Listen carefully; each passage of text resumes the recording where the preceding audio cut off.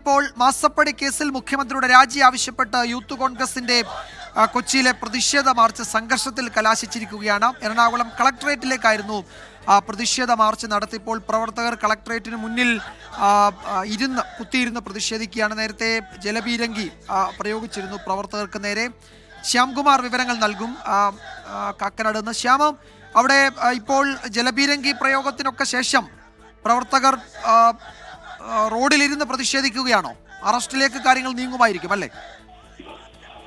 വിജയകുമാർ, നിലവിൽ പ്രവർത്തകർ ബാരിക്കേഡിന് മുന്നിൽ കുത്തിയിരുന്ന് പ്രതിഷേധിക്കുകയാണ്. പ്രവർത്തകരെ അറസ്റ്റ് ചെയ്യുന്നതിന് വേണ്ടിയിട്ട് പോലീസ് അവർക്ക് ചുറ്റും നിലയുറപ്പിക്കുകയും ചെയ്തിട്ടുണ്ട്. നേരത്തെ യൂത്ത് കോൺഗ്രസ് പ്രവർത്തകർ എറണാകുളം കളക്ടറേറ്റിലേക്ക് നടത്തിയ പ്രതിഷേധ പ്രകടനം കളക്ടറേറ്റിന് മുന്നിൽ പോലീസ് തടഞ്ഞിരുന്നു.